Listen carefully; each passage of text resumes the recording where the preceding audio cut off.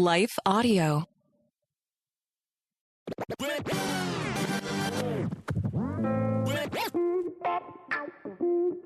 Welcome to our new God's Love for the Unlovable and Gospel Rant series and format. We're calling this series Vagabond Diaries. We want it to be fun, imaginative, informative, relevant, and life-changing. Something that you might want to pass on to others, laugh and cry together. Instead of dealing with biblical topics and verses from scholarly perspective, verse by verse, precept by precept, we're going to shift to telling biblical stories. Insightful ways, we hope, that are both foundationally biblical, gospel immersed, relevant, but also entertaining. We're not above satire, sarcasm, made-up characters, mockery, or even deep political or societal insights when we need to get a powerful point across. And it's a rant. Look, I hope you're not offended. I hope you are jiving with all of this. But if you're not, that's okay. It's a rant. We'd love your feedback anyway. Bill at gospel-app.com. Our goal is to make us, help us, empower us to see the truth, the gospel truth, God's love for the unlovable, the unloved, and the unlovely through different lenses, and get the dialogue going. Think of adult bedtime stories or Bible group conversation starters, or, just redeeming your time, commutes to work, waiting for your plane, and so forth. Again, over and over, we want to scream out God's love for the unlovable and the unlovely and the unloved. And that's all of us on any given day if we were just a little bit honest. That's the heart of the gospel, and we need to hear it more. I do. So the idea of Vagabond Diaries comes from my experience of writing my newest published trilogy. It's an award-winning trilogy for young readers of fiction fantasies. We call it Kingdom Quest, the whole trilogy. It reads like a teenage fantasy, but it's loaded with the gospel, for young readers 10 to 15 and adults. Lewis said if adults don't like your children's book, it's not a good children's book. Someone did describe this as Chronicles of Narnia meets Princess Bride. Yeah, a little humor every now and then is a good thing. C.S. Lewis said if he had to do it all over again, he would write more children's books, meaning tell more stories. And the reason is because adults read them. Yeah? So that's our goal in this Vagabond Diary series at Gospel Rant. The Vagabond Diary is going to show and tell biblical principles in that narrative storytelling form. Let me know what you think. Yeah? In today's Vagabond Diary, we will meet Shula, a woman who is with a counselor, a marriage counselor, and she is troubled by, the love of her husband. Let's have some fun. Welcome to God's Love for the Unlovable and Gospel Rant. We're going to get back to this week's Vagabond Diaries after this message from our sponsors. Don't go anywhere.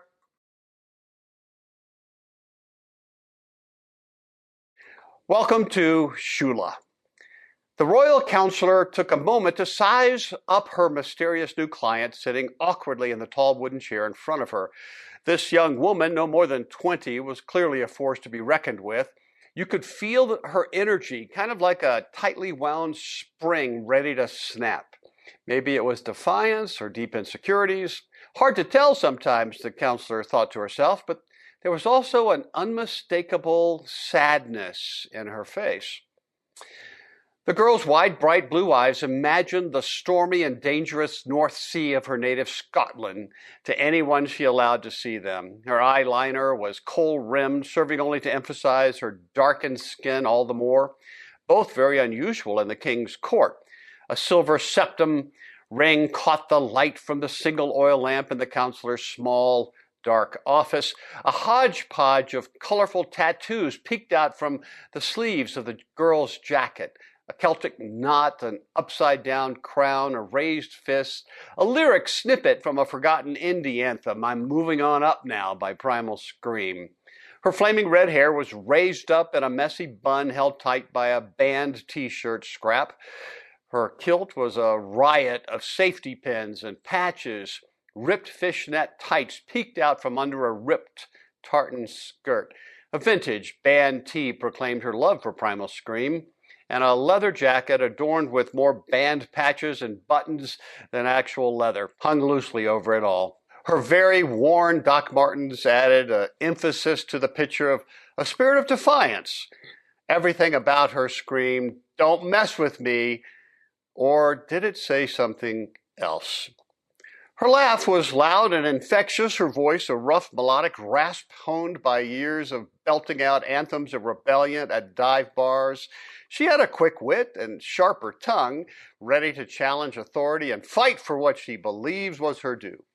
But there was a vulnerability beneath the tough exterior, the counselor observed, maybe a yearning for connection. She will have to explore, but her client's face seemed to present an ambivalence, a struggle within her. It came in waves, a momentary dullness in her gaze. The dangerous, stormy North Sea was displaced by a foggy and heavy gray. The inner music that fueled her mosh pit fervor was silence, distance, replaced by an ugly lethargy. Only for a moment. Then the revolution would return with a vengeance. This girl, the bride of the king, is a force of nature. So, perhaps let's begin by talking about your childhood, Your Highness, if that's all right with you. And how should I address you? My queen, your majesty? No, please call me Shula, the girl said with a stiff Scottish brogue, not uncommon in the kingdom, but rarer in higher court circles, to be sure. I'm still not used to being called Your Highness. Well, Shula, a beautiful name, Scottish, I assume. Please call me Rachel. It's not my real name. I chose the name when I became a novitiate in the convent. Rachel, from the Holy Book? Why, her. Is she a model for you?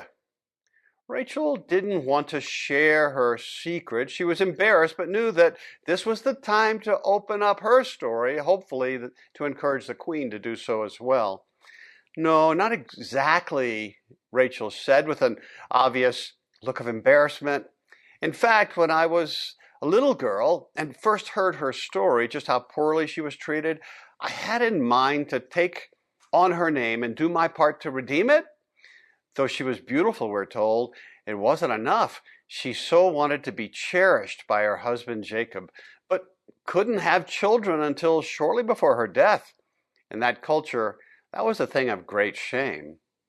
The royal counselor Rachel, it should be said, was also an impressive woman, full of form, medium height, hair trimmed quite short for a woman in court, quite a bit older than the Shulamite. She made a mental note that the Scottish name Shula means the whole one, or the one who is really enough. Curious, she thought, it implies a woman who is fully comfortable in her own skin and feels such enoughness in her relationships. Rachel had unusual, penetrating black eyes. Her round, dark face was attractive, but not overly so. One could not help but notice a seriousness to her, or maybe it was a deep interest in the object of her questioning. Clearly, she was confident in what she was doing. She had to be. This just was not a typical role for a woman in her world. In fact, she was the only female royal counselor that anyone could remember, and the only black person in the service of the royals. Counseling the royal family and staff was a job for Anglo-Saxon men until now, but she had earned it. Rachel leaned toward Shula, her long fingers intertwined comfortably. In stark contrast to her new client's appearance, Rachel was wearing a brown wool nun's habit that draped over her body completely. Only her face and hands were exposed. She generally wore a hood over her head, but lowered it to speak to her clients in the heightened privacy of her convent cell.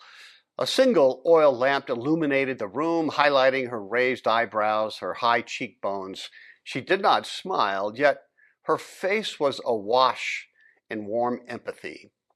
The two women couldn't have been more different, and here they were together, very close together. The single oil lamp created an atmosphere of intimacy and secrecy.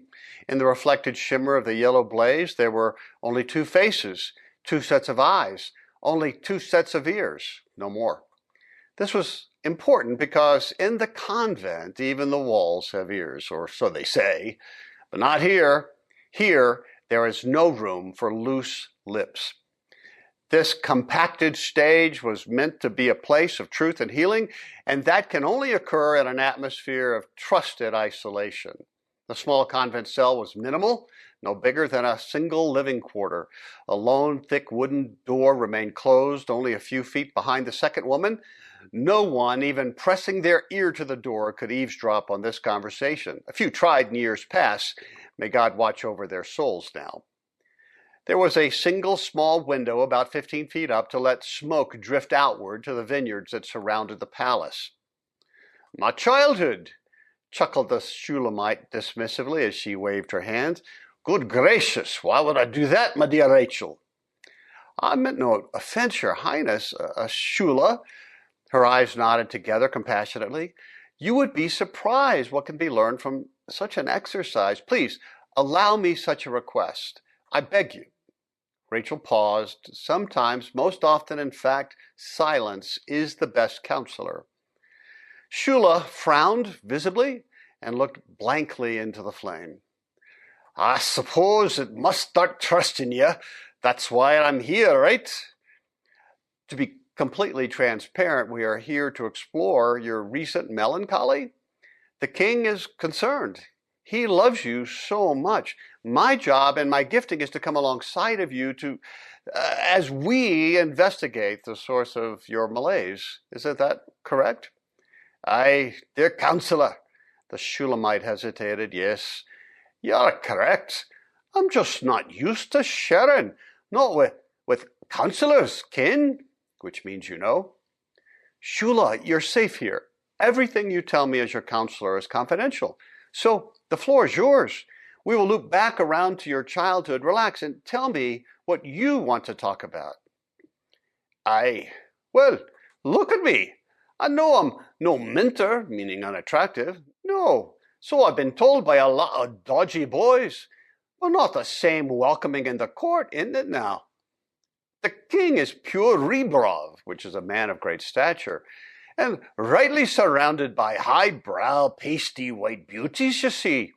They wouldn't recognize the sun if they ever saw it, and they won't under their expensive brollies. They know what to wear and say and do. This fork for appetizers, this one for fish. This is how you hold a glass by the stem. They wear expensive white gowns. I'm just an ordinary lass. And it's not just my darkened skin, it's my whole life. You asked about my childhood. My family darkened me as much as the sun did. And honestly, I did as much damage to myself as all of them put together. I haven't even kept my own vineyard whole." Wow. Okay, let's get right into it then. I'm picking up a theme. What does it mean that when you say you're dark? I did say that a lot. As you know, the king is my betrothed. I love it, of course. I love him, but I'm worried that it could all unravel. I mean, look at me. I used to believe that we're a Jock Thompson bairns, meaning underneath it all, we're all the same. But I am from across the track, blue collar. My family, not poster child for parenting weekly, works one of the myriad of vineyards that the king owns, and a small one at that. Everyone knows I'm out of my league here. Everyone sees, but him, it would appear. The Queen Mother has been very clear in private and public. I'm a bit of an embarrassment to her, you know. I'm a field labourer, trailer trash, not a princess worthy of her son's love. I'm feared of being dropped. Nowhere to go, and to top it off, I really do love the man." "Yes, I see your dilemma," Rachel said. "Anything else?" "Life, it's like everyone wants to hurt me, to use me and then throw me out. There's the sun, there's my brothers, there's the ladies in courts. You're wondering if anyone really could love you as you are. Does anybody have your back?" "Yes, well, that's partly it. The king seems to, but I'm not sure that I'm lovable. My brothers just see me as a wee lass, immature or irresponsible, and maybe they're right. And what do I know about love anyway? Nothing has hurt me more than relationships gone bad. And they've all gone bad. I haven't been in any relationship where I really felt loved before. So why start now? I'm very scared of this one. I'm scunnered." Uh-huh. And you mentioned not keeping your vineyard. I'm assuming that you're not talking about a plot of grapevines. Do you mean that you're not a virgin anymore? Your vineyard has been plucked. Aye, it is so. I'm ashamed by it. This is in confidence, right? The truth was that I was raped when I was 12. It was horrible. No one to protect me. My brothers said it to keep it quiet because it would reduce my marriage value. But then, sex is just something that you do in my neck of the woods when you like a lad and he likes you. Oh, what does a king think about that? Well, that's just it. I'm not sure that he knows. He will find out. And when he does, all of this fairy tale romance is going to blow up in my darkened face. I will really be burned this time. I'm afraid. No, I'm terrified. What can I do? All of this is making me a real gala, which means angry woman. What do you mean? Well, the other day, I blew up at the king. I don't know what got into me. It was like a paranoia took over. He was gone for most of the day and he didn't tell me where. Something inside of my head just knew he was cheating on me. You know, with someone more royal and more enough, more lovely, less dark. So I blurted out, "So tell me, oh my love, where you graze your flock and where you rest your sheep at midday. Why should I be like a whore, chasing you all along with the rest?" And what did you mean by that? Well, you know how whores follow the shepherds into the field to get business. They call it grazing their flocks and resting their sheep. You get it, right?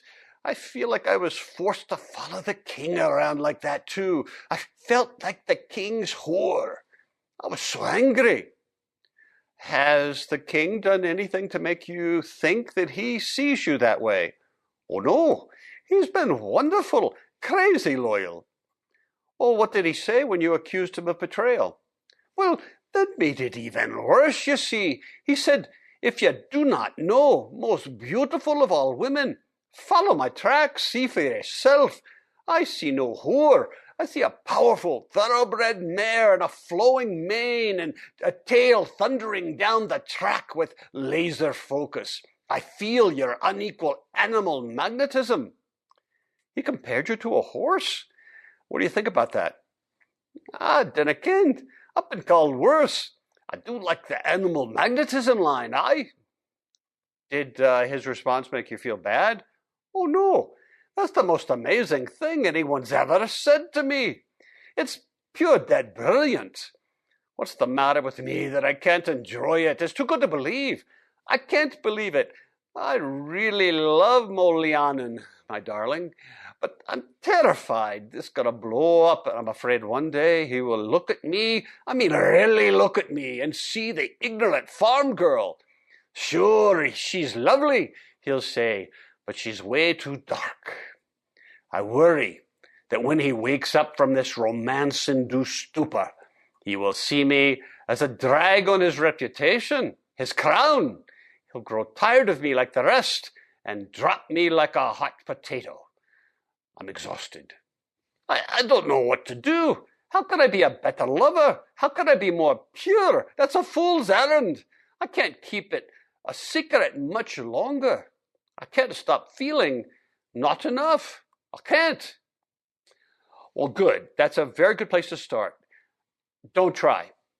Don't you dare head in that direction. My lady, you struggle with this king and his love, in particular his love for you, a vagabond, an unworthy, an unlovable vagabond. So in that you agree with your brothers, the ladies of the court and the sun and the queen mother and even your own head. That's where we will start next time. You don't become more worthy. It's such a love, the king's love, that actually will make you worthy. I don't understand. Well, of course, why would you? What would you know of such a love? Go home and let yourself be in his embrace. Look into his eyes and be quiet and listen. The end. So let's talk about this after just a few words from our sponsors. We'll be right back. So here's some dialogue starters I thought about. Did you know that the queen, right, the Shulamite in the Song of Songs, was most deeply troubled, not by the indifference of the king, her husband, but by his love? She just couldn't wrap her head around his love for somebody like her. Can you relate? Why do you think that is? Second, do you think that it had something to do with her background or early relationships? Explain what you mean. And third, if I were to tell you that this is not just about a particular relationship, but about your and my difficulty experiencing God's love for us, what would you say? And lastly, in the end, there is a huge transformation in the Queen's brain. She describes it this way. And so, she says, I have become in his eyes and have found wholeness, enoughness. So what do you think that she meant by that? We're going to have to do another Vagabond Diary just on her change, because we all want that. If you like this Vagabond Diary, please like, subscribe, forward a link to friends. And while you're doing that, check out my fantasy books, the Kingdom Quest trilogy, available on Amazon, Barnes & Nobles. If you want more information, check out my author page, drbillsenior.com. I've also published a series for women's groups, a spiritual formation called Dance Daughters of the Most High. It's fun, it's informative, very relevant. We're looking at 7 underappreciated, misunderstood, overlooked women in the Old Testament. And their stories, man, they should have voice. They are amazing mothers of our faith.